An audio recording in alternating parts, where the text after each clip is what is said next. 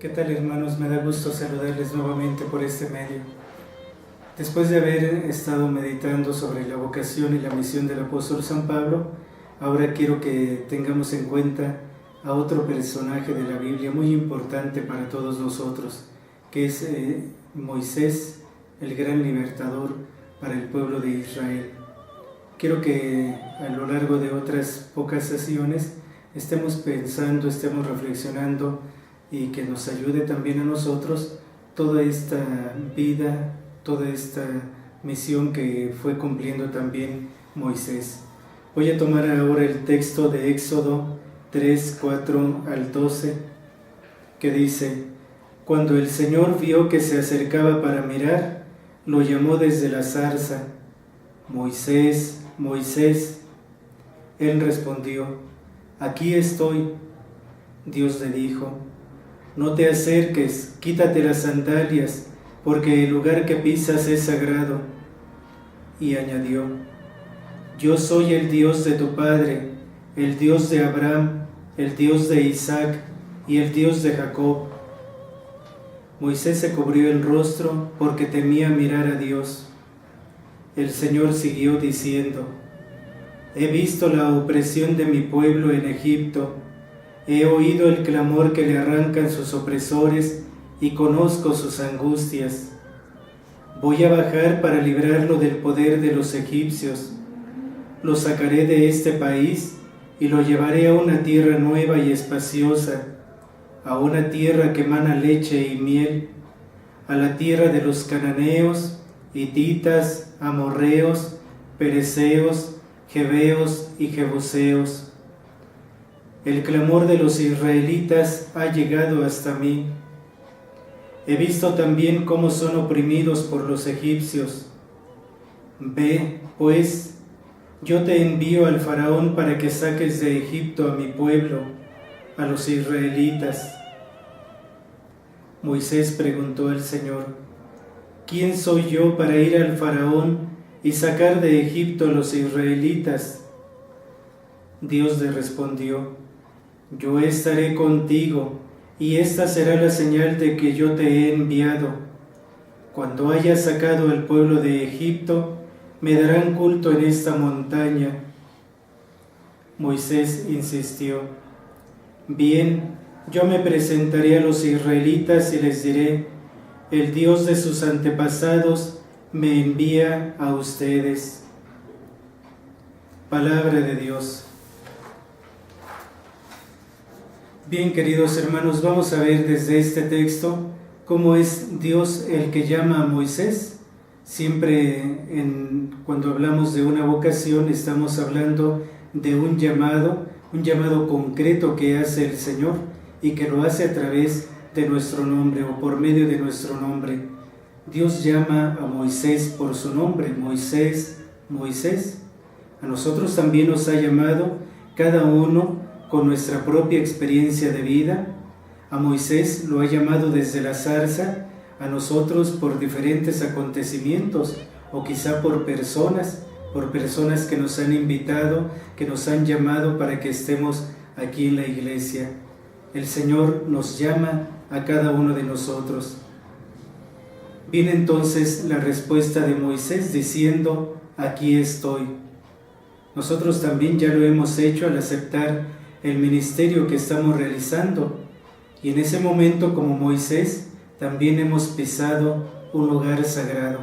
Desde el momento en el que nosotros le hemos dicho sí al Señor y que nos hemos comprometido en algún grupo, en algún ministerio, le hemos dicho: aquí estoy, y estamos pisando lugar sagrado. Cuando Dios le dice qué es lo que va a hacer con el pueblo, que es la misión que le va a encargar, y lo envía ante el faraón, comienzan entonces las excusas. Aquí es donde quiero que nosotros estemos pensando cómo cuando el Señor nos ha llamado y que nos ha encargado algo, que nos ha encomendado algo, comenzamos a poner excusas, comenzamos a poner pretextos. Vamos a ver cuáles son estas excusas que pone Moisés. La primera excusa es: ¿quién soy yo? Moisés se siente incapaz de ir ante el faraón mira su fragilidad ante la gran misión encomendada. Pero viene una respuesta de Dios que le dice: yo estaré contigo. Es decir, Dios lo alienta con su presencia para formar una comunidad de hombres libres. La segunda excusa que pone Moisés es: ¿y quién eres tú? Quiere saber su nombre, quiere conocerlo. Conocer el nombre significa querer estar cierto, estar seguro de la misma naturaleza del que lo envía. Y la respuesta de Dios es: yo soy el que soy. Con esto confirma el Señor que es alguien real, que estará cerca con poder y con misericordia. La tercera excusa que pone Moisés para no cumplir con esta misión es: no me creerán ni me harán caso. Como si todo dependiera de nosotros o como si fuéramos a hablar de nosotros mismos. A veces creemos que no nos van a creer cuando nosotros estamos prestando un servicio, cuando nosotros queremos de alguna manera ayudar a los demás. Tenemos que pensar que no vamos a hablar en nombre propio, sino que vamos a hablar en nombre de Dios. La cuarta excusa es: yo no tengo facilidad de palabra. Esto ya lo encontramos en Éxodo 4:1, en donde Dios lo envía a liberar al pueblo y no a dar un discurso de liberación. Y por eso le responde el Señor: yo estaré en tu boca. A veces nos preocupamos qué es lo que vamos a decir, cómo lo vamos a decir o cómo lo vamos a hacer en ese ministerio que se nos ha encomendado. Pensar que nosotros somos instrumentos de Dios, que es Él el que quiere actuar a través de nosotros, el que quiere hacer presente su amor y su misericordia a través de nosotros, y por eso nos dice: yo estaré en tu boca. Y finalmente otra excusa es: envía a quien quieras, envía a otro. La respuesta de Dios es: tienes a Aarón, yo te diré lo que él tiene que ir comunicando. De tal manera que cada uno de nosotros debemos de pensar en las cualidades, en las capacidades, en los dones, en las virtudes que poseemos, y que si alguna cosa no podemos nosotros, hay alguien que sí lo puede hacer. Pero es muy importante que hagamos equipo, es muy importante que trabajemos en comunión con los demás, para que de esta manera entonces pues vayamos nosotros llevando esa buena noticia a los demás. Esto significa entonces aprender a trabajar con el otro, cada uno con sus distintas virtudes, cualidades y capacidades, saber tomarnos de la mano del otro, ponernos en el hombro del otro y que el otro ponga también su mano en nosotros, para que en conjunto, en comunión, estemos ayudando a nuestros hermanos. Solamente quiero que piensen en estas preguntas: ¿cuáles son mis excusas o pretextos para comprometerme como Dios quiere? ¿Qué es lo que puedo hacer para apartar de mí esas excusas o pretextos? Ojalá, queridos hermanos, que pensemos, que meditemos en esto que Moisés vivió y que nos debe de ayudar también a nosotros, que nos ha llamado el Señor, para que así entonces seamos fieles servidores de Jesús, seamos fieles comunicadores de su gracia, de su evangelio, y estemos ayudando a nuestros demás hermanos. Que Dios los bendiga.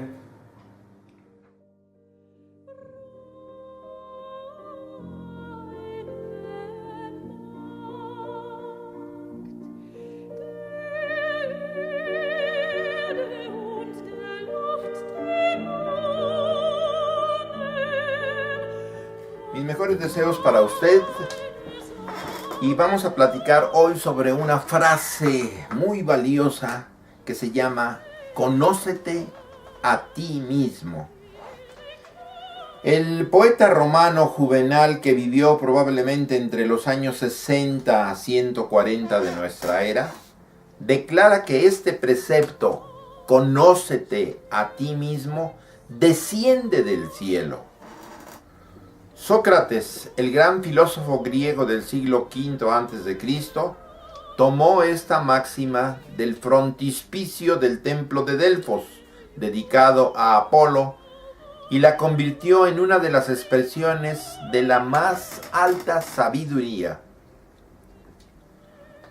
Acostumbraba un servidor durante mis cursos de etimología grecolatina escribir en griego esta gran frase, pedir a los alumnos que la leyeran, traducirla e inmediatamente después realizar una práctica con ellos. La frase en griego suena así: gnosi theauton. Su significado, ya lo saben ustedes, significa conócete a ti mismo. La práctica consistía en lo siguiente: en el anverso de una hoja debían escribir: investigo mis cualidades y las cultivo. Y en el reverso de la hoja debían escribir: investigo mis áreas de superación, llamados defectos, y los conquisto. La práctica consistía en que los alumnos en el anverso debían escribir todas sus cualidades y en el reverso debían escribir sus áreas de superación o sus defectos. Entre paréntesis ponía la palabra defectos, que es el nombre con el que comúnmente se conoce a las áreas de superación. Para mi sorpresa, muchos de mis alumnos no podían describir ninguna de sus cualidades, ni de sus áreas de superación o defectos. Recurrían a sus compañeros o a mí para preguntarme: ¿qué cualidades me ve, profesor? Porque yo no descubro ninguna en mí. Esto me revelaba lo que los autores dicen, que muchas personas no se conocen a sí mismas. No saben quiénes son, ni lo que quieren, ni con qué recursos cuentan para hacerle frente a la vida.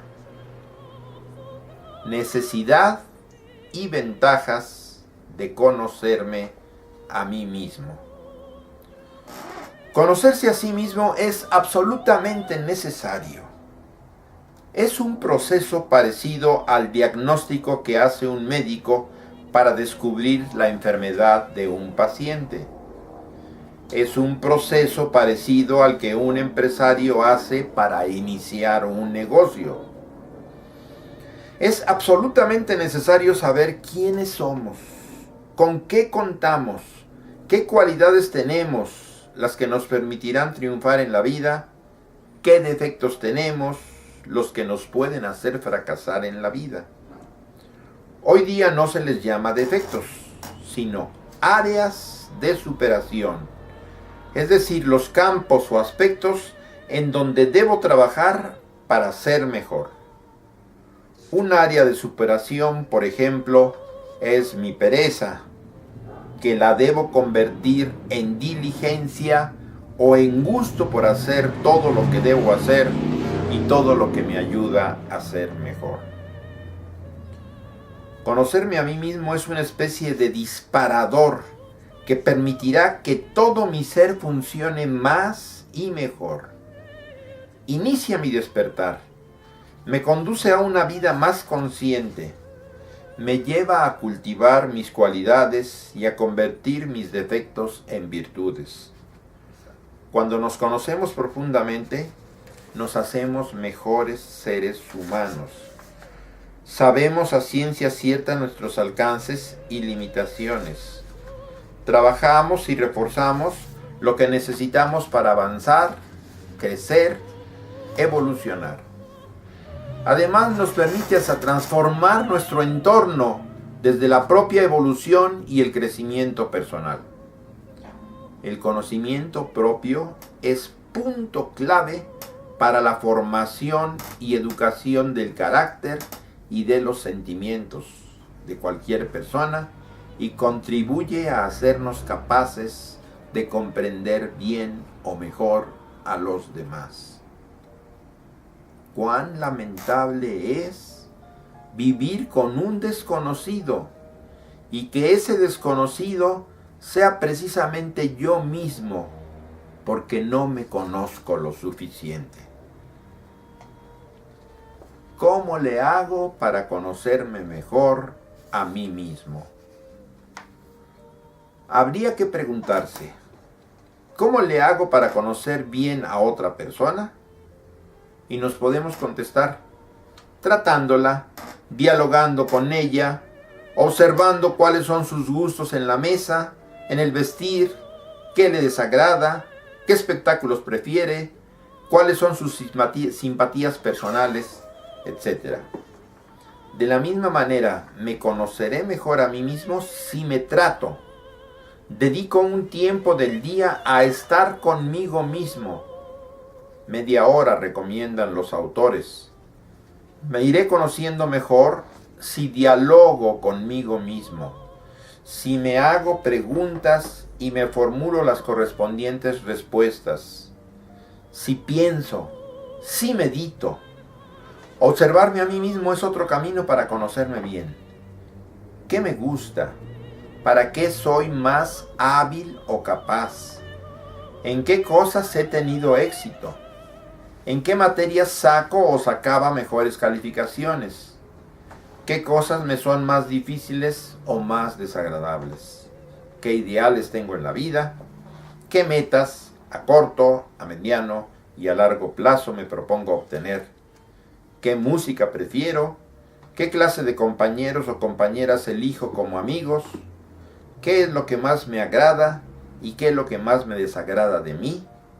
Y así puedo irme formulando preguntas a lo largo de mis días y con ellas avanzar en la autoconciencia. Otro ejercicio para lograr el mismo fin es, al final del día repaso todo lo que hice durante el mismo, empezando por lo que hice al final y regresando hasta el primer momento al levantarme. A esto llaman los psicólogos angloparlantes la self-examination, es decir, el autoexamen. Esto se recomienda para cultivar la memoria y nos permite contemplarnos a nosotros mismos actuando durante el día, lo que nos dará información verídica sobre nosotros mismos. Los autores de ascética recomiendan lo que ellos llaman el examen de conciencia, modalidad orientada al perfeccionamiento espiritual. No es desaconsejable recurrir a test psicológicos o caracterológicos para descubrir mejor nuestra personalidad. Leer libros de psicología, novelas que describan lúcidamente el mundo interior de los personajes y películas que describan atinadamente los repliegues del corazón humano. Nos dice Santa Teresa de Jesús en su libro Castillo Interior o Las Moradas: jamás nos acabamos de conocer si no procuramos conocer a Dios. En la edición de Aguilar, página 391. Estamos hechos a imagen y a semejanza de Dios, y mirando su grandeza, descubrimos nuestra bajeza. Considerando su humildad, veremos cuán lejos estamos de ser humildes, añade Santa Teresa. Conclusiones. Primera, conocernos a nosotros mismos es un proceso abierto que no termina nunca. Somos seres cambiantes y como tales habremos de irnos descubriendo a cada paso de nuestra propia evolución. Segunda conclusión. Quien se conoce bien podrá apoyarse en sus puntos fuertes para actuar sobre sus puntos débiles y así corregirlos y mejorarlos. Por ejemplo, el ser trabajador, una cualidad, me ayudará a ir venciendo mi fuerte tendencia a la pereza, un área personal de superación. Tercera conclusión, la más consoladora. En el viaje hacia mí mismo, Dios nos abordará. Puesto que conocerme a mí mismo es ir descendiendo hacia mi yo profundo, y en lo más profundo de mi yo está mi alma, que es el sitio en el que habita Dios y en el que puedo dialogar e intimar con Él, y desde donde se opera mi transformación cristificante. Conócete a ti mismo y así conocerás más a Dios. Conoce más a Dios y así te conocerás mejor a ti mismo.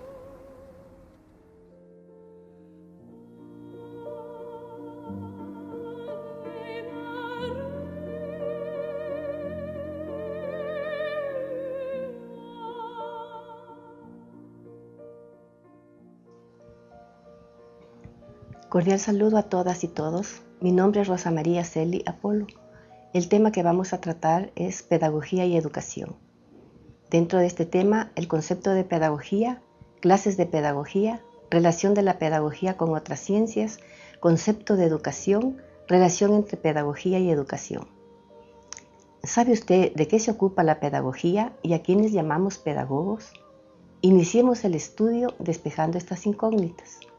¿Qué es la pedagogía? Pedagogía es una palabra griega que significa paidos, niño, y agogía, llevar, conducir. Entonces, esta palabra significa conducción del niño. Este término con este significado se lo utilizó durante varios siglos.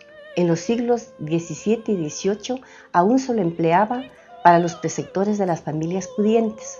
Más tarde, a finales del siglo XVIII y comienzos del siglo XIX, la Ilustración europea otorga un nuevo significado al término pedagogía. Paidos, niño, adquiere el significado de humano e involucra todas las etapas de la vida humana y no solo a la niñez. Y ago deja de ser la conducción meramente física del niño para significar conducción, apoyo personal, vivencia espiritual, etc. Muchos conceptos se han vertido sobre pedagogía por varios autores, modificando en parte su definición primitiva y excluyendo el planteo de los problemas educativos, el aspecto tecnológico o reafirmando el teórico científico. Según Lemus, la pedagogía puede ser definida como el conjunto de normas, principios y leyes que regulan el hecho educativo, como el estudio intencionado, sistemático y científico de la educación y como la disciplina que tiene por objeto el planteo, estudio y solución del problema educativo. Para Rafael Flores, la pedagogía estudia y propone estrategias para lograr la transición del niño del estado natural al estado humano hasta su mayoría de edad como ser racional, autoconsciente y libre. Actualmente, el concepto de pedagogía está relacionado con el de ciencia y arte de educar. Su objeto de estudio es la educación, por ende, la formación del ser humano en todos sus ámbitos. La pedagogía, tomando en cuenta el enfoque teórico y tecnológico, se divide en descriptiva y formativa y normativa. La pedagogía se divide en descriptiva y normativa tomando como fundamentos basamientos teóricos y prácticos, es decir, teoría y tecnología. Según Nassib, más que hacer propiamente una división de la pedagogía, se busca combinar la técnica con la teoría pedagógica. No se trata de dos pedagogías totalmente distintas. La diferencia radica en el objetivo y en el enfoque que cada una de ellas proyecta. Las dos se complementan mutuamente. La pedagogía descriptiva, según Lemus, estudia el hecho educativo tal como ocurre en la realidad. Es anterior a la normativa y hace relación a los elementos y factores tales como biológicos, psicológicos y sociológicos que intervienen en la realización de la práctica educativa. La pedagogía normativa, en cambio, es posterior a la descriptiva y tiene que ver con las normas, leyes, etc., que regulan la actividad educativa, con los ideales, fines, estructura de la educación y con la parte tecnológica de la misma. Los fines educativos son considerados también normas que regulan el proceso educativo, por ende están dentro de la pedagogía normativa.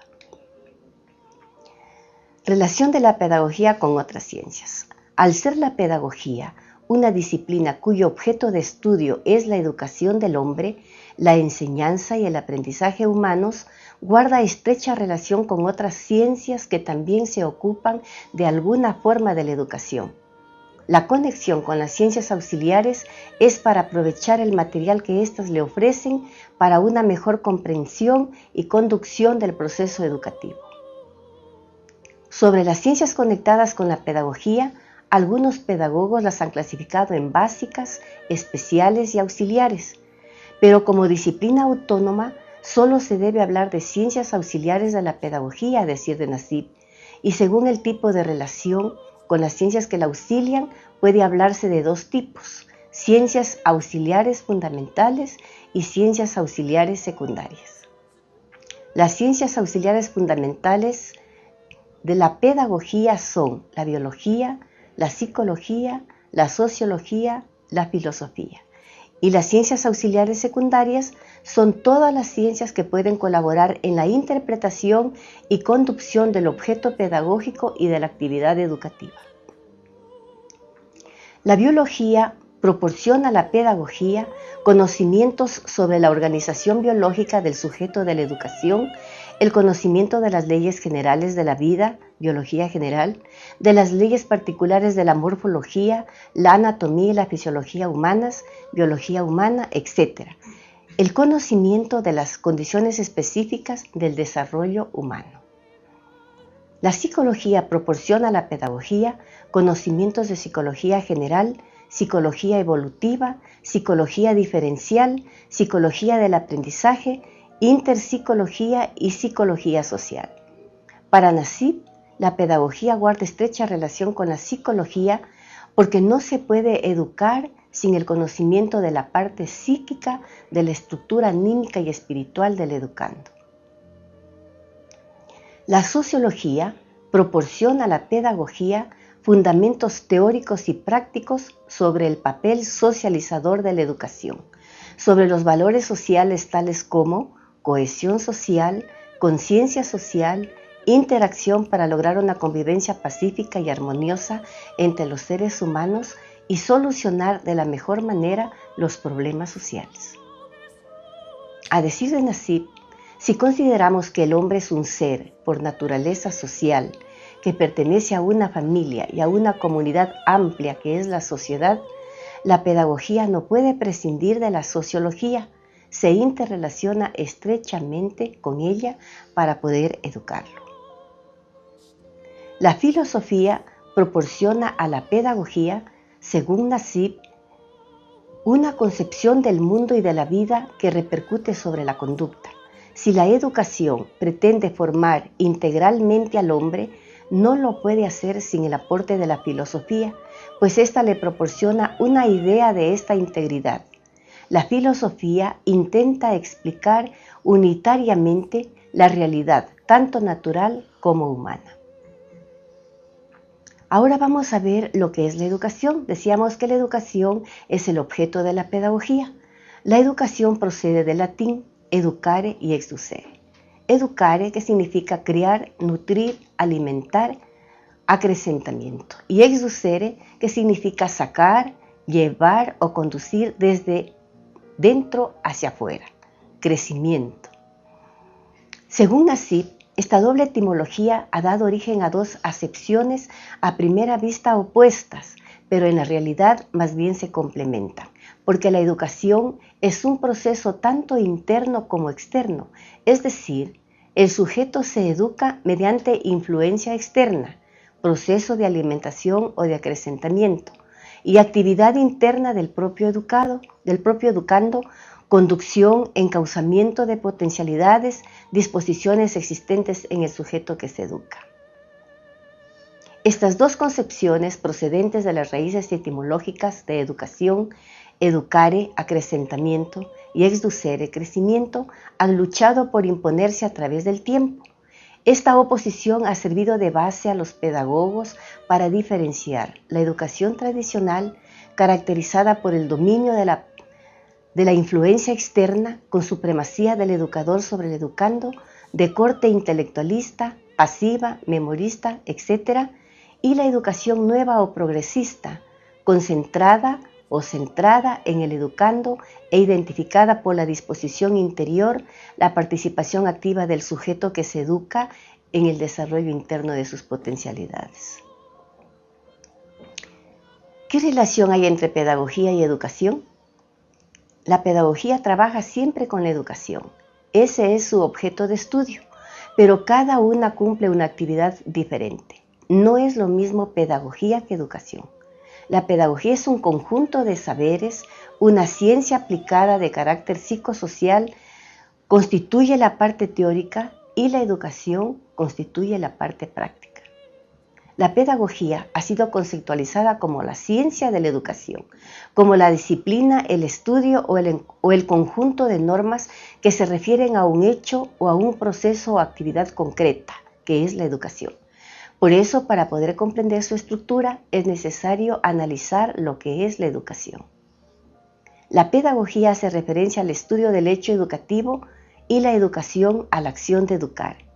La educación es una actividad práctica, mientras que la pedagogía es una actividad teórica. Sin la existencia de la educación no habría pedagogía, pero sin la pedagogía, la educación no podría tener significación científica. La educación es un proceso de perfección que no puede alcanzarse plenamente en la vida, pero que puede lograrse por grados cada vez en mayor medida. Es ayudar al educando a pasar de una situación heterónoma a una autónoma a fin de que pueda realizarse como hombre libre, consciente y responsable de sus actos y de su propia determinación. Esto ha sido todo por hoy. Gracias por su atención. Nos vemos en una próxima oportunidad.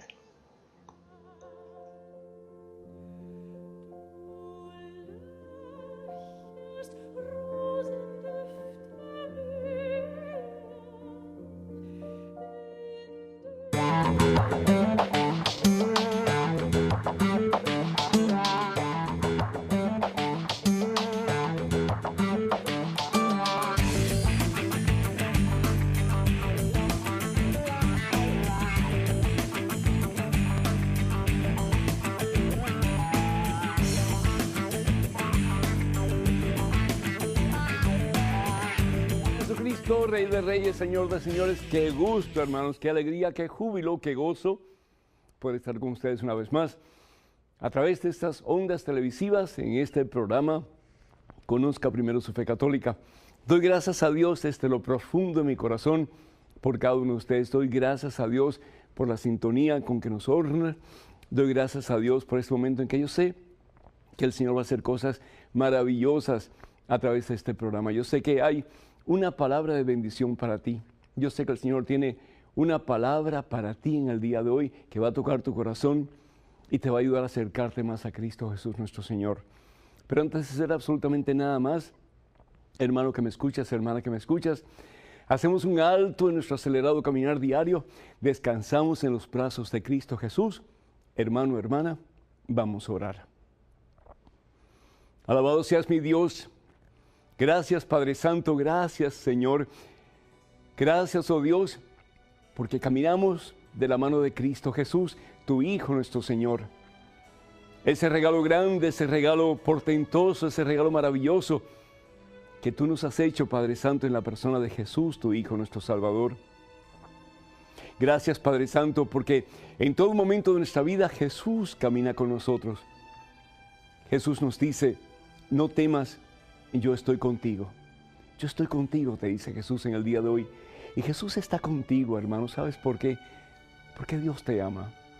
Jesús está contigo, hermana, en este momento, en este tu momento, cualquiera que sea tu momento. Momento de gozo, momento de dificultad, momento de vacío, momento de soledad, momento de esperanza, cualquiera que sea tu momento. En este momento Jesús está contigo.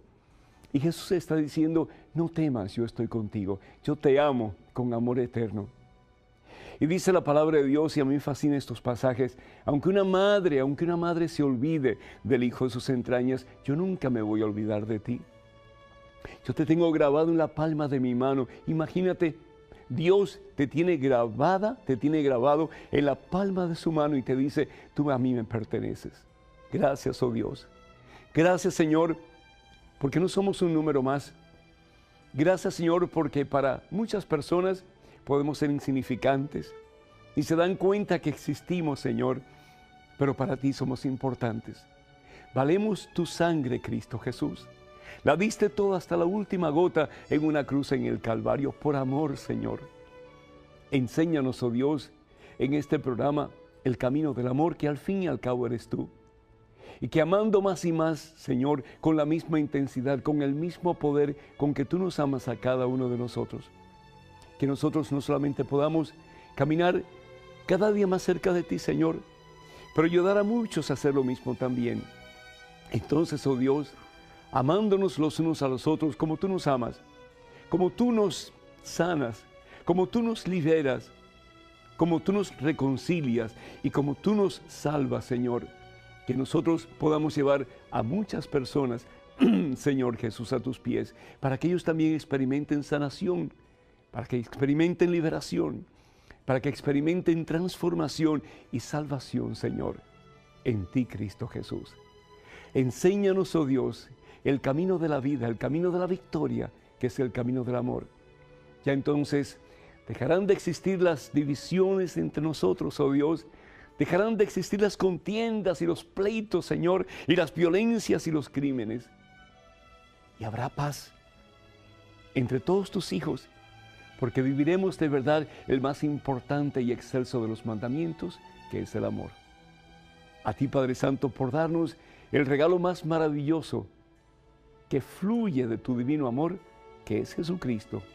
Honor, gloria y honra por los siglos de los siglos. Amén, Señor. Amén. Y quiero dar gracias a Dios por Alberto Jaramillo de Central Force, que nos ha llamado pidiendo por su esposa, que está muy enferma, Blanca Nelly Giraldo. Que el Señor le bendiga abundantemente también. René de Zaragoza, España, que pide por su conversión. Qué bonito, ¿verdad? Pues René, que el Señor te bendiga y que cada día te sientas más cerca de Cristo Jesús nuestro Señor. Juan Manuel Oviedo de Laredo, Texas, que pide por la familia Oviedo y también pide oración por Nuevo Laredo y por Laredo, especialmente en estos momentos que hay tantos conflictos y muy especialmente en relación a la droga. Pedimos por todos ustedes, por toda la familia, y también pedimos al Señor por la familia Castillo, Noriega, y especialmente por José Francisco. Que el Señor les bendiga a todos. Muchísimas gracias por sus llamadas, muchísimas gracias por su sintonía. Que el Señor les bendiga en abundancia. Hermanas y hermanos, si pudiéramos decir que el camino del cristiano es el camino de la cruz, estaríamos correctos en decirlo. ¿Sabían ustedes que el camino del cristiano es el camino de la cruz? Cuando nosotros nos presignamos, hacemos la señal de la cruz, ¿verdad?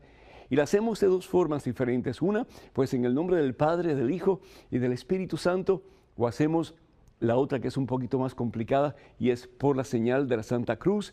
De nuestros enemigos, líbranos, Señor Dios nuestro, en el nombre del Padre, del Hijo y del Espíritu Santo. Amén. 3 cruces, una en la frente, pidiendo al Señor que nos libre de todo pensamiento que no es de Él. En la boca, pidiendo al Señor que nos libere de toda palabra que no esté de acuerdo con su voluntad. Y en el corazón, que nos libre de toda obra, de toda cosa que podamos hacer que esté en contra de lo que Él quiere para nosotros. Y la cruz grande que hacemos en el nombre del Padre, del Hijo y del Espíritu Santo. Amén. No solamente nos recuerda que Dios es un Dios trino, es decir, Padre, Hijo y Espíritu Santo, pero nos recuerda una y otra vez, conscientes o inconscientemente, hermanos, que la vida del cristiano es la vida de la cruz. Y dice el Señor Jesús en el Evangelio según San Mateo, en el capítulo 16, el versículo 24, dice el Señor Jesús: el que quiera seguirme, el que quiera ser mi discípulo, que tome su cruz y que venga en pos de mí. El que quiera ser mi discípulo, dice el Señor Jesús, que tome su cruz y venga en pos de mí. Hermanos, para las personas en el tiempo de Jesús, la cruz no era nada hermoso. La cruz era el signo de muerte. ¿Por qué? Porque la cruz se hacía para en ella crucificar a alguien. Jesús fue crucificado Jesús fue clavado en una cruz. Jesús murió en una cruz. Pero sin embargo dice Jesús que el camino del cristiano es la cruz. ¿Por qué? Porque si queremos seguir a Cristo, que es nuestro Maestro y nuestro Señor, nuestro Dios, nuestro Salvador, tenemos que estar dispuestos ¿a qué? A abrazar la cruz, aunque cueste lo que cueste. ¿Por qué? Porque la cruz significa renuncia. ¿Renuncia a qué? Primero que todo, a todo lo que no es de Dios. La cruz tiene dos palos, ¿verdad que sí? El palo que es vertical, es decir, mi relación con Dios, y a Dios yo tengo que poner primero en mi vida. ¿Y cómo voy a poner primero a Dios en mi vida? Haciendo su voluntad. ¿Qué es lo que nos dice Jesús en el Evangelio según San Juan, capítulo 14, versículo 15? El que me ama, guarda mis mandamientos. Ahí está el palo vertical. Amar a Dios sobre todas las cosas significa que tú y yo tomamos la decisión con la gracia de Dios de poner a Dios por encima de todo en nuestra vida. ¿Y qué significa poner a Dios por encima de todo? Significa estar dispuesto a hacer su santa voluntad en todo momento. Quiere decir, ya tú no vas a hacer lo que tu carne te dice, vas a hacer la voluntad de Dios. Y de esa forma vas a amar a Dios. Ya yo no voy a hacer lo que yo quiero hacer, lo que otros me dicen que haga, lo que el mundo me dice que haga, sino que voy a hacer lo que yo sé Dios quiere que yo haga. Eso significa amar a Dios. Jesús no dice que el amarle a Él significa tener sentimientos bonitos o que significa que el corazón va a palpitar de gozo. No, muchas veces ni vamos a sentir la presencia de Dios. Pero ¿sabes una cosa? El amar, si bien es cierto, es un don maravilloso que Dios nos da, el amar también es una decisión. Aunque yo no sienta, aunque yo no experimente, aunque yo no pueda estar consciente a través de los medios que yo tengo alrededor mío de que Dios está conmigo, porque muchas veces yo siento como que estoy solo, y sí, como que hasta que Dios me ha abandonado, que yo pueda decir, Señor, yo sé que tú estás conmigo en mi momento de mayor necesidad, en mi momento de mayor dolor, en mi momento de mayor vacío, tú estás conmigo. Y aunque me cueste la vida, Señor, voy a hacer lo que tú hiciste por mí. Lo diste todo. Te dejaste clavar en una cruz. Yo quiero también, Señor, abrazar esa cruz por amor a ti y ponerte a ti como primero en mi vida. ¿Cómo? Haciendo tu santa voluntad. Y lo segundo, hermanos, es el palo horizontal. Es decir, si yo realmente voy a amar a Dios con todo mi corazón, con toda mi alma, con todas mis fuerzas, con todo mi ser, entonces no me queda otro remedio que comenzar a amar a mis hermanos. Y no solamente a los que me caen bien, a los que me ayudan, a los que me apoyan, a los que me aman, pero también a aquellos que me lastiman profundamente y causan los dolores más terribles en mi vida, sí, los peores de mis enemigos. Jesús no solamente amó a los que le amaban a Él, Jesús amó a todos y dio su vida por todos. Padre, perdónalos porque no saben lo que hacen. Qué bueno si tú y yo pudiéramos tener esa actitud que tuvo Jesús para con nuestros semejantes. Aquellos que nos aman y aquellos que nos desprecian. Padre, perdónalos porque no saben lo que hacen. Y al fin y al cabo, ¿qué significa amar a nuestros semejantes y aún a nuestros enemigos? ¿Sabes qué significa? Buscar su mejor bien. Eso fue lo que hizo Jesús. Buscar nuestro mejor bien. Que nosotros podamos hacer lo mismo también. Buscar el mejor bien de aquellos que están a nuestro alrededor y aún de aquellos que están distantes. Que podamos nosotros gastar nuestra vida en servicio a los demás. Eso es lo que significa abrazar la cruz, hermanos. Y eso al fin y al cabo es lo que Jesús quiere para ti y para mí. No para que vivamos dolidos y tristes y amargados. No, abrazar la cruz se debe abrazar con gozo, con alegría. ¿Por qué? Porque el abrazar la cruz significa caminar en el camino del amor.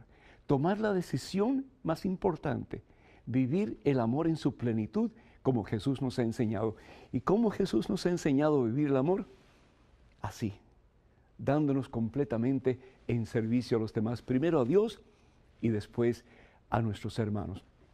Por eso dice San Pablo, hablando de la importancia de la cruz, dice primero que todo, 1 Corintios capítulo 1, versículo 18, y esto lo hemos compartido anteriormente, si bien es cierto que el lenguaje de la cruz resulta una locura para los que se pierden, para los que se salvan, para nosotros es poder de Dios dice San Pablo. ¿Por qué? Porque en la cruz está simbolizado el amor infinito de Dios. Tanto amó Dios al mundo que dio a su único Hijo.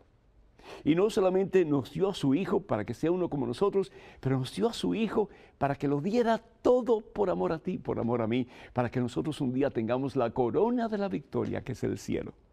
Y dice San Pablo, nosotros proclamamos a un Mesías crucificado. Para los judíos, qué escándalo, y para los griegos, qué locura. Pero para los que Dios ha llamado, judíos o griegos, este Mesías crucificado es fuerza de Dios, es sabiduría de Dios. Nos dice una historia que una vez había un muchacho que llevaba su cruz a cuesta, pues él quería ser de Jesucristo y quería poner a Jesús como prioridad en su vida. Pero a medida que pasaba el tiempo, la cruz era demasiado pesada. Y le dijo, Señor, voy a quitarle un pedacito a la cruz. Y así le quitó un pedacito, ya estaba mejor, se sentía mejor y siguió adelante. Y más tarde volvió a quitar otro pedacito.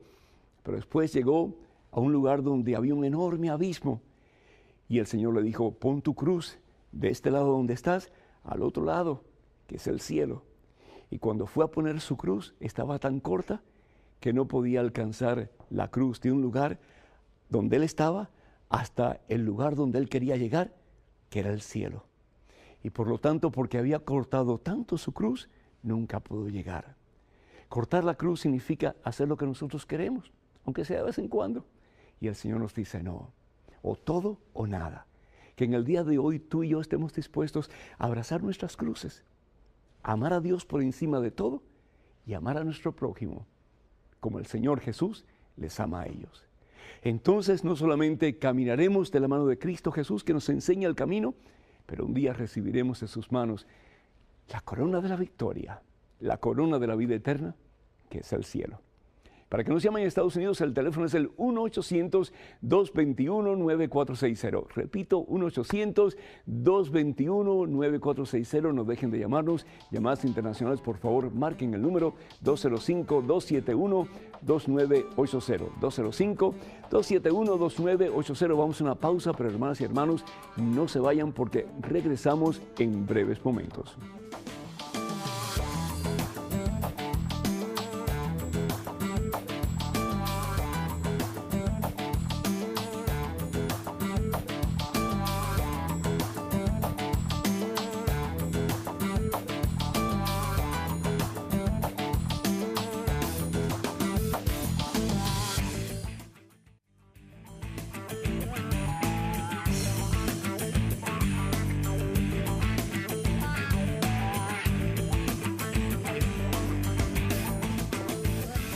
Y bienvenidos hermanas y hermanos de nuevo a este su programa.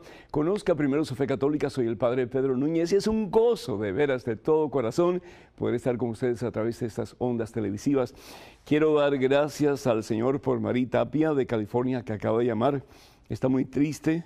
Hace unos días nada más perdió a su hijo de 29 años, José Valentín, y pide oración por él. Pues con todo gusto, que el Señor bendiga a José, que las puertas del cielo se abran para él y que reciba pronto la corona de la victoria, que es el cielo. Y a usted, pues pedimos al Señor mucho por usted en este día, para que el Señor sane su herida y para que usted sepa que su hijo está en las mejores manos, en las manos de Dios. Y tomo este momento para darle gracias a Dios por todos los hermanos mexicanos que en el día de hoy pues están celebrando el 5 de mayo, que el Señor les bendiga en superabundancia en este día y que el Señor bendiga a México también en formas espectaculares. También quiero dar gracias a Dios porque ya este próximo domingo aquí en Estados Unidos vamos a estar celebrando el Día de Mamá. Así que muchísimas felicidades a todas las mamás que nos están escuchando y a ti, mi mamita linda, preciosa. Un beso en el nombre del Señor Jesús. Te quiero mucho, mamita.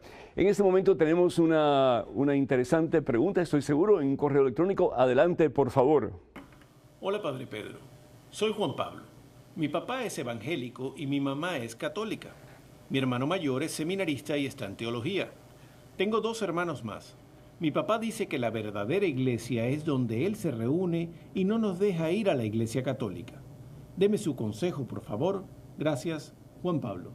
Juan Pablo, gracias por tu deseo de saber qué es lo que tienes que hacer y qué bueno que a una temprana edad pues estás buscando al Señor con más fuerza, con más poder, con más autoridad. Te felicito, hermano, de todo corazón, Juan Pablo. La palabra de Dios en el libro del Éxodo, capítulo 20, versículo 12. Si vamos a la palabra de Dios en el libro del Éxodo, capítulo 20, versículo 12, si ustedes tienen sus Biblias, y si tú, Juan Pablo, la tienes, pues yo te invito para que tú la abras. Dice la palabra de Dios: respeta a tu padre y a tu madre, o también se pudiera decir, honra a tu padre y a tu madre, para que se prolongue tu vida sobre la tierra que Yahvé tu Dios te da. Es decir, es importante, y hablando del Día de las Madres, es importante para todos nosotros que honremos a nuestros padres, que respetemos a nuestros padres, que tengamos reverencias a nuestros padres. Yo veo con mucha frecuencia grandes problemas, pleitos, contiendas entre padres e hijos, y eso no está bien, porque todo lo que hacemos en una forma u otra pues va a tener repercusión en nuestra vida. La vida es como un boomerang, todo lo que tiramos viene más tarde o más temprano de regreso a nosotros.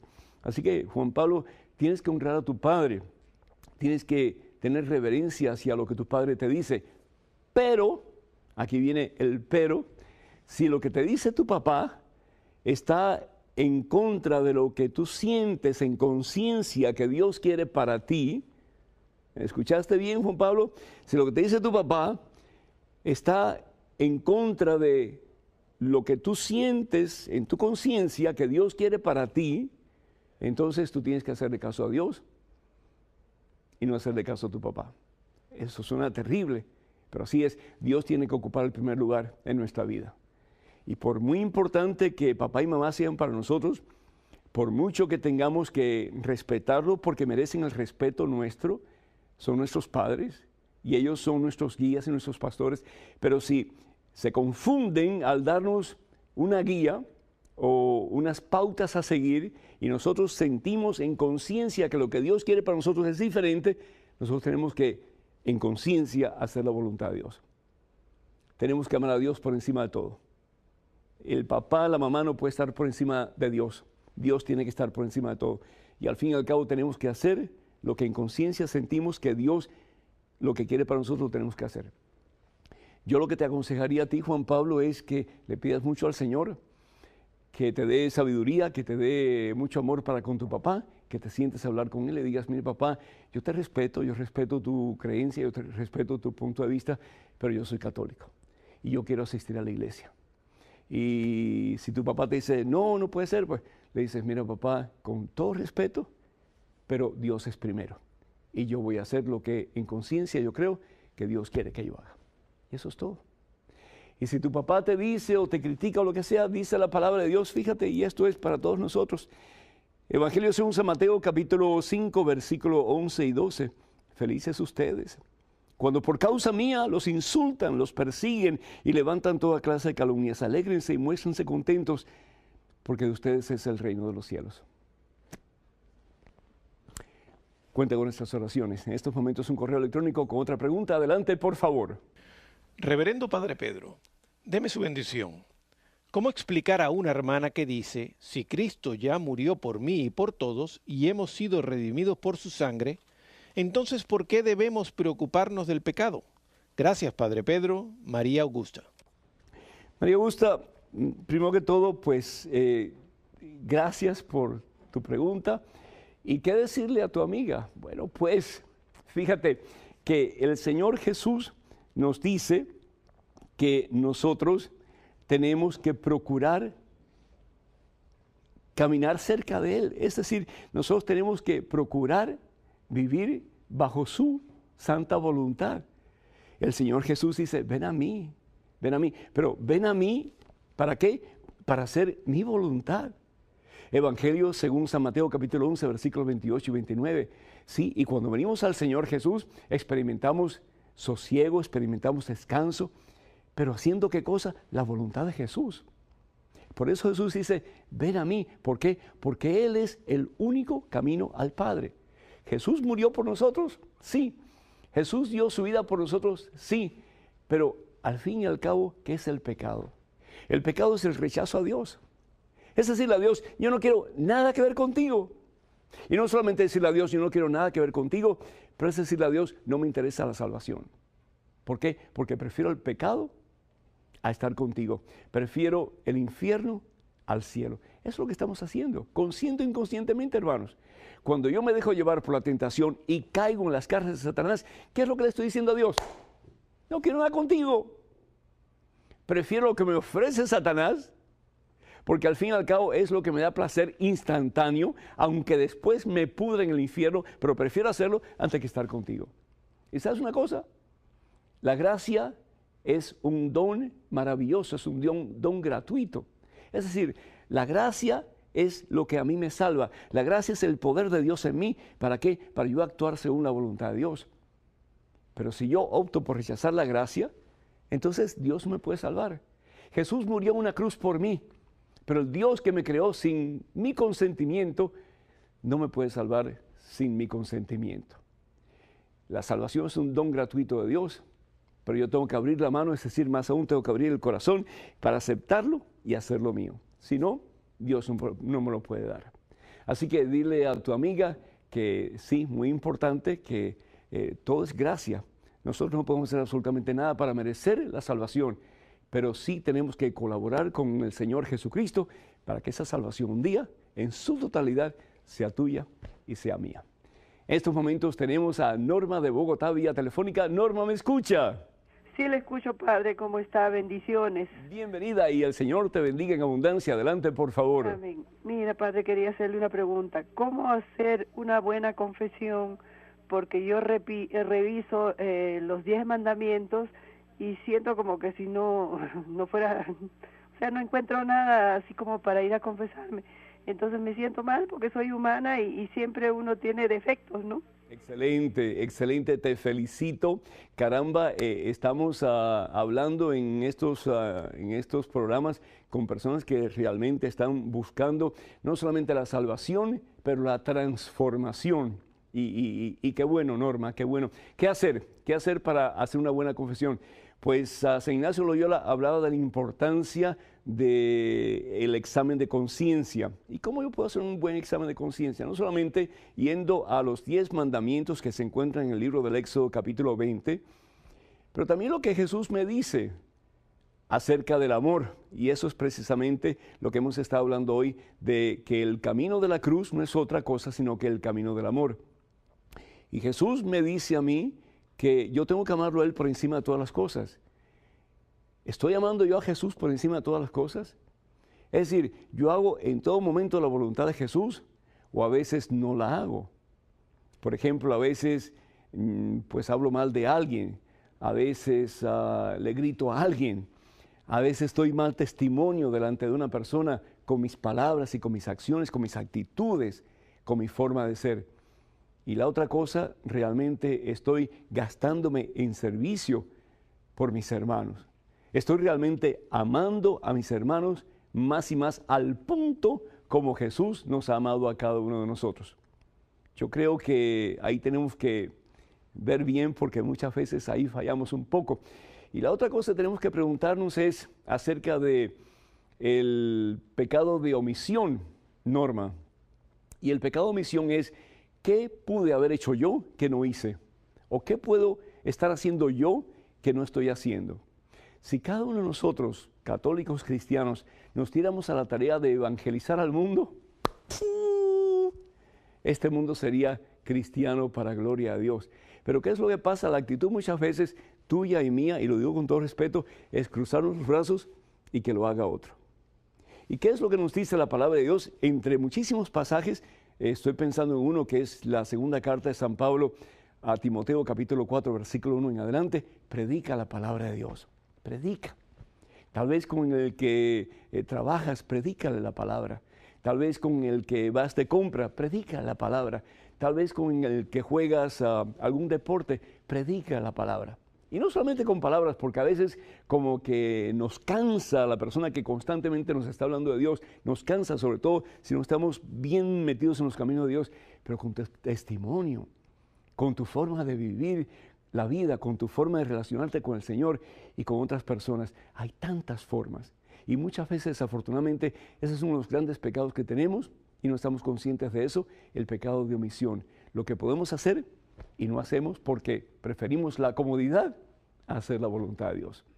Y al fin y al cabo lo que pasa cuando hacemos eso es que optamos por no amar a Dios y a nuestros hermanos como el Señor nos pide. Rechazamos la cruz y no la queremos abrazar, que al fin y al cabo no es otra cosa sino que amor. Para que nos llamen a Estados Unidos, el teléfono es el 1-800-221-9460. De nuevo, 1-800-221-9460. Llamadas internacionales, la estamos esperando como lluvia de mayo. 205-271-2980. 205-271-2980. Vamos a una pausa, pero regresamos en cuestión de momentos. Hermanas y hermanos, por favor no se vayan, quédense con nosotros.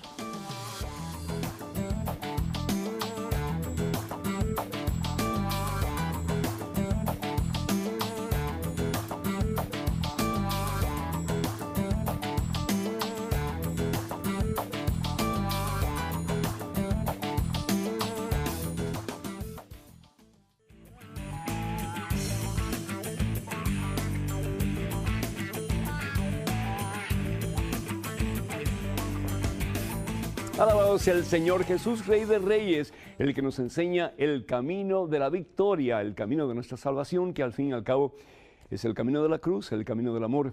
Y quiero decirles, hermanas y hermanos, que estamos en Facebook y ya pronto pues vamos a estar dialogando a través de la computadora. Dios primero, si Dios me da tiempo para hacerlo.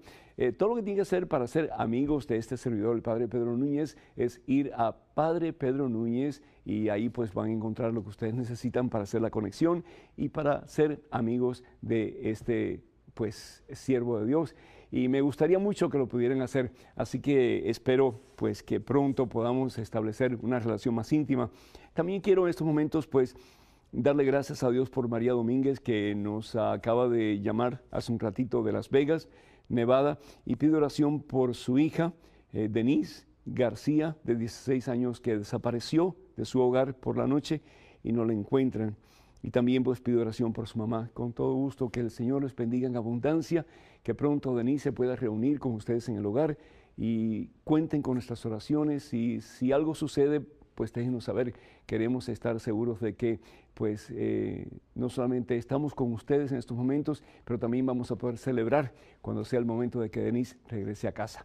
En estos momentos una interesante pregunta. Adelante, por favor.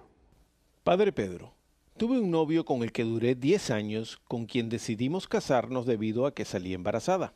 A último momento él se echó para atrás y ahora he sabido que se casó con otra mujer. Me pregunto si su matrimonio es válido debido al hijo que tiene conmigo y a la promesa de matrimonio que me había hecho. Anónima. Anónima, desafortunadamente no es válido el que haya tenido un hijo contigo y que te haya prometido matrimonio para que la relación que tú tuviste con él sea la correcta, la válida, porque ustedes no tuvieron ningún tipo de matrimonio oficial, ni siquiera por lo civil, mucho menos por la iglesia. Entonces, desafortunadamente, ahí no hay ningún tipo de responsabilidad, es decir, delante de la sociedad ni delante de Dios, porque no hubo ningún compromiso oficial. Ahora, el compromiso sí lo tiene que tener él porque él es el papá de la criatura, ¿verdad?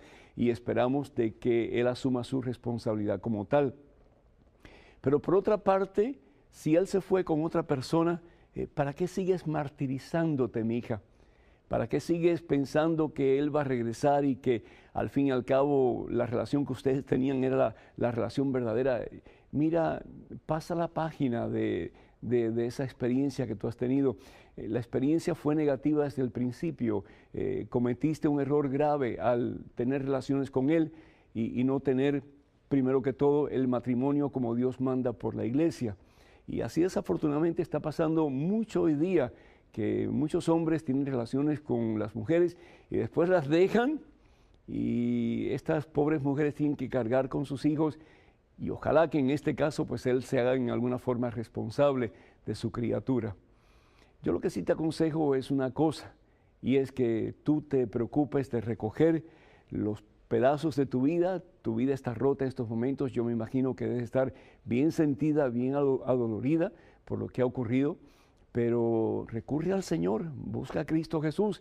Yo te invito para que vayas a la iglesia, que hagas una buena confesión, que confieses todo lo que has hecho, que tú sabes que está en contra de la voluntad de Dios, y que comiences a recibir la Sagrada Eucaristía, y que comiences a buscar a Jesucristo con toda la fuerza de tu corazón. Ese es el novio que nunca te va a fallar. Ese es el esposo que nunca te va a poner una zancadilla ni se va a apartar de ti. Y si Él tiene a una persona en mente para ti que te va a hacer feliz y va a cuidar a tu bebé, pues Él te la va a poner en tu camino. Y finalmente quiero decirte, te felicito en el nombre del Señor Jesús, no por lo que hiciste mal hecho, sino por haber tenido tu criatura en vez de abortarla. Que Dios te bendiga y que te conceda todos los deseos de tu corazón, excepto ese del cual me hablas, que al fin y al cabo no lo sigas buscando, porque Él no te ama como tú deseas y como tú mereces que alguien te ama. Busca el que Dios tiene para ti y vas a ver cómo vas a ser feliz, de verdad. Tenemos en estos momentos otro correo electrónico con otra interesante pregunta. Adelante, por favor. Querido Padre Pedro, me llamo Xochitl y tengo 13 años. ¿Cómo puedo no tener pena de hablar de Jesús y cómo Él me puede escuchar? Pues yo solo soy una niña y pienso que Él tiene cosas más importantes que hacer. Xochitl. Qué bueno, qué bueno. ¿Sabes una cosa? Que el Señor ama a los niños, y el Señor Jesús le dice a sus discípulos y le dice a las gentes que están tratando de acercarse a Él, dejen que los niños vengan a mí. Xochitl, Dios te ama de una forma muy especial. ¿Sabes una cosa? Dios te ama a ti personalmente. ¿Por qué? Porque tú eres la obra maestra de Dios. Cada uno de nosotros somos obras maestras de Dios. Y Dios nos ama con amor eterno. Dios dio a su único Hijo, a Jesucristo, por ti, Xochitl. ¿Para qué? Para que tú tengas un día la corona de los santos, para que tú contemples la gloria de Dios un día, para que tú puedas abrazar a Jesucristo, que dio hasta la última gota de su sangre por amor a ti, y para que con Cristo Jesús tú tengas el gozo que ni te puedes imaginar, la felicidad que jamás has pensado tener, y todo lo que tú necesitas para ser plenamente y eternamente feliz. Y lo que necesitamos al fin y al cabo es unión con Dios. Decía un gran santo de la iglesia, San Agustín, mi alma viene de ti, Señor, y mi alma no descansará hasta que descanse en ti. Hasta que yo me una a ti, Señor, y yo sea tuyo para siempre y tú mío para siempre, Señor. Qué hermoso que estés consciente de que Dios es el que tenemos que buscar por encima de todo. Qué hermoso el que sientas pena de establecer contacto con Dios, porque te das cuenta que Dios es lo más grande, lo más fabuloso, y te das cuenta que tú eres bien pequeñita. Pero qué hermoso también el poder pensar y el poder estar consciente de que en esa pequeñez Dios nos ama al extremo, de que en esa pequeñez Dios quiere que nosotros podamos establecer esa relación íntima y estrecha con Jesucristo, su Hijo, nuestro Señor. Yo te invito entonces, en el nombre del Señor Jesús, para que cada día tomes tiempo para orar. A través de la oración comenzamos a tener una relación cada día más íntima con Jesús.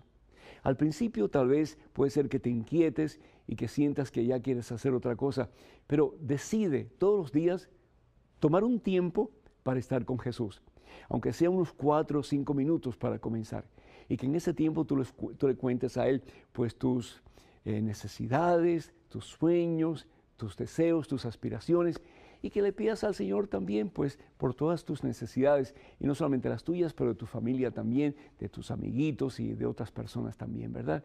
Y poquito a poco vas a ir desarrollando una relación cada vez más íntima con Él, y Jesús se va a convertir en tu todo, en tu mejor amigo, en tu más fiel compañero, y vas a darte cuenta más y más a medida que pasa el tiempo de lo mucho que Él te ama. Que Dios te bendiga y sigue mi consejo. Todos los días un tiempecito para estar a solas con Jesús. En estos momentos otro correo con otra pregunta. Adelante, por favor. Hola, Padre Pedro. Tengo 15 años y estoy trabajando en mi parroquia. Siempre he tenido la curiosidad de preguntar por el canon de la Iglesia. ¿Qué es? ¿Dónde están los otros libros que contienen? ¿Por qué la Iglesia los esconde? Me interesaría mucho su respuesta. Bendiciones, Rebeca, Nicaragua. Rebeca, hoy es el día de los jovencitos. Gloria al Señor, de 15 años, de 13 años, de 12 años. Qué bueno que ustedes están mirando este programa. Qué bueno que ustedes son parte de la familia de EWTN. Rebeca, ante todo, muchísimas felicidades. ¿Por qué? Porque estás trabajando en una parroquia. Lo que sí te pido es que todo lo que hagas para el Señor, que lo hagas con excelencia. Al Señor le damos lo mejor. Nunca le des las sobras o las limosnas, es decir, lo que te sobra al Señor. Dale siempre lo mejor. Cuando hablas de los libros escondidos, en lo que estamos hablando de los libros que se llaman apócrifos. ¿Y cuáles son esos libros apócrifos? Los libros que no fueron incorporados en lo que conocemos hoy día como la Santa Biblia.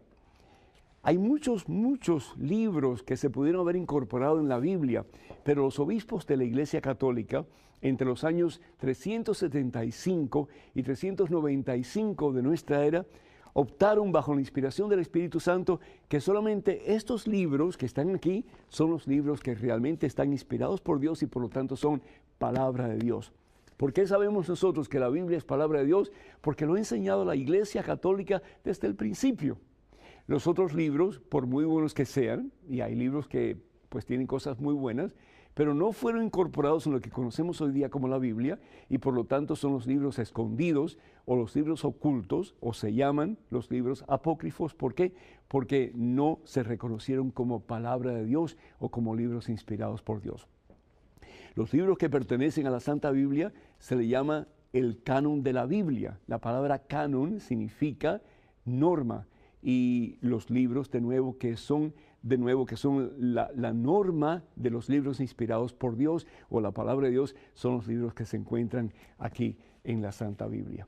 Así que muchísimas gracias por no solamente trabajar en la iglesia, por hacer las cosas que Dios quiere que tú hagas, pero también por buscar respuestas a tus preguntas. Que Dios te bendiga y que cada día te sientas más cerca de Jesús, que al fin y al cabo es fuente y manantial de toda sabiduría. Para que nos llamen en Estados Unidos, el teléfono es el 1-800-221-9460.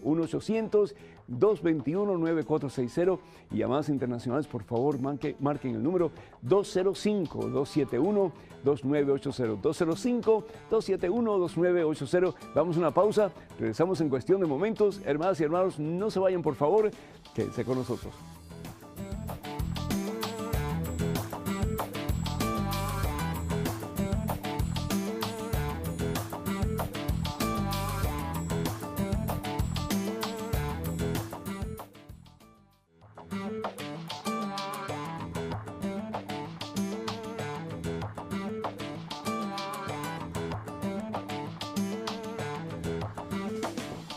Gloria al Rey de Reyes, al Señor de Señores, hermanas y hermanos, ¿qué tal? Espero que estén bien ustedes y que estén disfrutando este programa como yo estoy disfrutando de poder estar con todos y cada uno de ustedes. De nuevo, a los hermanos de México, feliz 5 de mayo, que se celebra hoy día, pues hoy día 5 de mayo, hoy miércoles, y también pues a todas las mamás que nos están escuchando, y no solamente a los Estados Unidos, pero a todas las mamás, porque cada día es el día de mamá. Muchas felicidades, enhorabuena, y que el Señor les bendiga en superabundancia. Luceli de Colombia, de Medellín, nos acaba de llamar, no podemos contactarla, desafortunadamente no sé qué está pasando, pero sí tenemos la información, su pregunta y lo que ella está preguntando. Ella dice que tiene una hija que vive con su pareja y tienen una niña y que el sacerdote los autorizó para que pudieran tener relaciones sexuales y le dijo que él mismo se hacía cargo ante Dios por ellos. Y Luceli está muy preocupada. ¿Y qué pienso yo? ¿Qué le puedo decir? Pues ante todo yo realmente estoy como que así, sin palabras, porque no sé por qué este hermano sacerdote le ha dicho a ustedes lo que le ha dicho. Pecado es pecado en cualquier situación, en cualquier forma. Y el tener relaciones fuera del matrimonio sacramental es un pecado serio, es un pecado mortal. La palabra de Dios habla de el no fornicar y nos habla bien claro. de que la fornicación es un pecado mortal, es un pecado serio, es un pecado que realmente nos amerita el infierno. Entonces, ¿de qué estamos hablando, no? Tenemos que tener mucho cuidado y con todo respeto a mi hermano sacerdote, a quién le hacemos caso y a quién dejamos que nos dirija en nuestro caminar con el Señor Jesús. De nuevo, yo lo siento muchísimo, pero lo que su hija está haciendo con su amante es un pecado serio. Entonces, ¿qué solución pues hay? Pues la solución es que ustedes busquen un sacerdote de su confianza que realmente los ayude para que si ellos quieren formalizar su relación, que ellos puedan casarse debidamente por la iglesia como la iglesia manda, como el Señor manda. Y si no, pues entonces que separen sus cuerpos y que cada cual se vaya por su lado. Pero primero que todo, lo que ellos están haciendo, de nuevo, es una falta muy grave. Y segundo, ¿qué clase de ejemplo le están dando desde ya a esa criatura? Y no solamente a esa criatura, pero a las personas que los conocen también. Es decir, si cada cual puede hacer lo que le da la gana, entonces ¿para qué necesitamos ni la Biblia, ni la iglesia, ni al mismo Jesucristo? Al fin y al cabo, pues cada cual hace lo que le da la gana y ya. Yo soy dueño de mi vida, yo soy señor de mi existencia y yo soy el Dios de mi ser y voy a hacer con mi vida lo que al fin y al cabo a mí me viene en gana. Y eso es lo que quiere Satanás, que nosotros actuemos de esa manera, pensemos de esa manera. ¿Para qué? Para él agarrarnos y llevarnos presos al mismo infierno. En estos momentos, otro correo electrónico con otra pregunta. Adelante, por favor. Hola, Padre. ¿Dios se enoja con nosotros y nos castiga si nos portamos mal o dejamos de hacer lo que Él nos ha ordenado, como ir a la iglesia y orar? Me siento mal porque siento que ya Él no me ama y me castiga. ¿Es normal sentirse enojada con Él y sentir que pierdo la fe? Carolina. Carolina, mira, hermana, te sientes enojada con Dios y sin embargo tú eres la que estás, supuestamente por lo que me dices, desobedeciendo al Señor. Me preguntas al principio si Dios se enoja con nosotros cuando nosotros no hacemos su voluntad. El decir que Dios se enoja es usar lo que dicen los teólogos, un antropomorfismo. Es decir, le damos a Dios cualidades humanas y decimos que Dios tiene sentimientos. Realmente Dios es mucho más allá y va mucho más allá de nuestros sentimientos. Dios no se enoja. Nosotros sí, tú y yo nos enojamos, pero Dios no se enoja. Dios no tiene rabia, Dios no grita, etcétera, ¿verdad? Pero lo que sí podemos decir es que ofendemos a Dios cuando nosotros desobedecemos a Dios, cuando optamos por no amar a Dios y poner a Dios por encima de todo. ¿Y qué es lo que pasa? Cuando tú y yo no ponemos a Dios por encima de todas las cosas, aún de nuestros propios caprichos y nuestros propios deseos, ¿qué es lo que pasa? Nos vamos muriendo por dentro.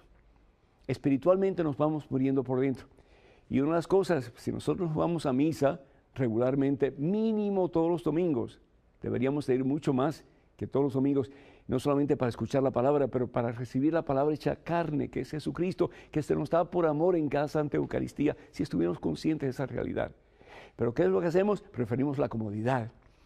Y nos formulamos un montón de excusas para no hacer lo que Dios nos pide para nuestro bien y nuestra salvación, que es estar en íntima comunión con Él. Entonces, ¿qué es lo que pasa? Nos enojamos nosotros. ¿Por qué? Porque no recibimos lo que nosotros queremos que Dios nos dé. Nos enojamos con Dios porque no sentimos a Dios. Nos enojamos con Dios porque nos sentimos vacíos y nos sentimos solos y seguimos quejándonos. Pero ¿qué es lo que ha pasado? Que tú y yo, al desligarnos de la voluntad de Dios, hemos hecho que nuestras almas se hagan más y más raquíticas. Nos preocupamos mucho de abastecer con alimentos nuestro cuerpo, pero nuestra alma ni nos preocupamos muchas veces. ¿Y qué es lo que pasa? Que nos vamos convirtiendo en seres espirituales raquíticos y por lo tanto no podemos experimentar jamás el amor de Dios, ni la presencia de Dios, ni el poder de Dios en nuestras vidas, y andamos así, enclenques, desbalanceados, y eso es lo que Satanás quiere. ¿Para qué? Para agarrarnos y de nuevo llevarnos al mismo infierno. La palabra de Dios nos dice en Deuteronomio capítulo 30, versículo 19, delante de ti presento dos caminos, el bien y el mal, la vida y la muerte, Jesús y Satanás.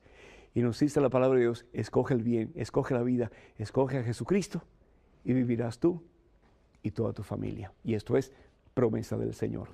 Tenemos muchísimas, pero muchísimas llamadas telefónicas y poquito a poco vamos a irlas respondiendo con el favor de Dios.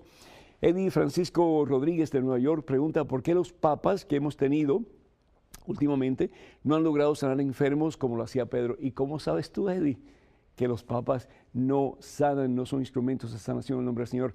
Cada vez que el Papa habla, la palabra de Dios está viva y eficaz en la boca del Santo Padre, y a través de esa palabra, montones de personas sanan.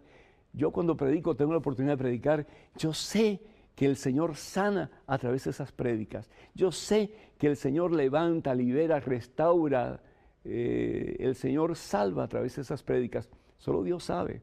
Si en la misma forma en que Pedro, la gente sanaba cuando él pasaba y su sombra, el Señor la utilizaba para sanar, cuánto más el Señor no utilizará una Eucaristía de un Papa para sanar los corazones y las vidas de muchísimas personas. Norma de Laredo, Texas, ¿cómo murió la Virgen? No lo sabemos. Cuando lleguemos al cielo se lo vamos a preguntar. Pero hay dos posibilidades. Una posibilidad es que María Santísima nunca murió, sino que el Señor la llevó al cielo. Hablamos de la Asunción de María. O María pudo haber muerto para identificarse con la muerte de su Hijo Jesucristo, y después el Señor la asume, la lleva al cielo. María es asunta al cielo y esto es un dogma del Señor.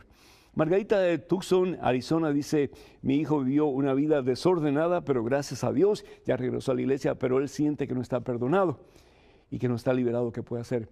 Pues yo lo llevaría a un sacerdote o a una persona que esté caminando en santidad en la iglesia y que se ore por él. ¿Para qué? Para que él no solamente pueda estar consciente que Dios lo ha perdonado porque se ha confesado y ha recibido la absolución sacramental, pero para que él se perdone al mismo. Y muchas veces es nuestro problema, que no nos acabamos de perdonar a nosotros mismos. Anónimo de Kansas City, Kansas, dice que el otro día estaba rezando el rosario, que sale en la televisión en WTN, y al término del rosario vio que el cielo lo iluminó y él se llenó de esperanza. Era católico, pero no tanto. ¿Y qué significa eso? Una pincelada del amor de Dios, una pincelada que te deja saber a ti personalmente que Dios te ama y que eres importante para Él. Eduardo de Jesús, de 13 años, de New York, dice: ¿cuáles son los 4 evangelistas de la Biblia? Mateo, Marcos, Lucas y Juan. Y Digna Reyes de Bronx, New York, dice: ¿por qué la iglesia usa las velas? Pues las velas es para recordarnos que nuestra oración está siendo escuchada por Dios a través de los santos o a través de la intercesión de María Santísima, o cuando rezamos al mismo Jesús pidiendo por un favor, que el Señor está realmente respondiendo a nuestras oraciones. Y la vela, la luz, que al fin y al cabo simboliza a Jesucristo, pues es también símbolo de que nuestras oraciones están siendo escuchadas por el Señor y están siendo respondidas. Les quiero recordar que el Santo Papa Benedicto XVI va a estar en Fátima esta próxima semana, comenzando el día martes. EWTN va a estar cubriendo ese maravilloso viaje, así que no se lo pierdan. Y hablando de viaje, quiero decirles a ustedes que en octubre, comenzando con el 5 de octubre hasta el día 15, vamos a tener un maravilloso peregrinaje a Italia. Mensaje va a estar pues preparando este peregrinaje. Para más información pueden comunicarse con nosotros yendo a la página web mensaje1.com. Y quiero pues al finalizar este programa pedirles de todo corazón que oren por la santificación de todos los sacerdotes en el mundo, para que realmente seamos pastores dignos que lleven a el rebaño de Jesucristo a los pies del buen pastor que es Jesús. Y les recordamos también que necesitamos sus oraciones aquí en EWTN y también pues necesitamos su aporte económico. Así que no se olviden de nosotros para que podamos seguir juntos llevando al mundo la santa palabra de Dios. Que el Señor les bendiga en superabundancia en este día y por siempre. Felicidades, mamás, en el Día de las Madres, en el nombre del Padre, del Hijo y del Espíritu Santo. Amén. Que pasen un día muy feliz, hermanas y hermanos. Y hasta el próximo miércoles, Dios mediante.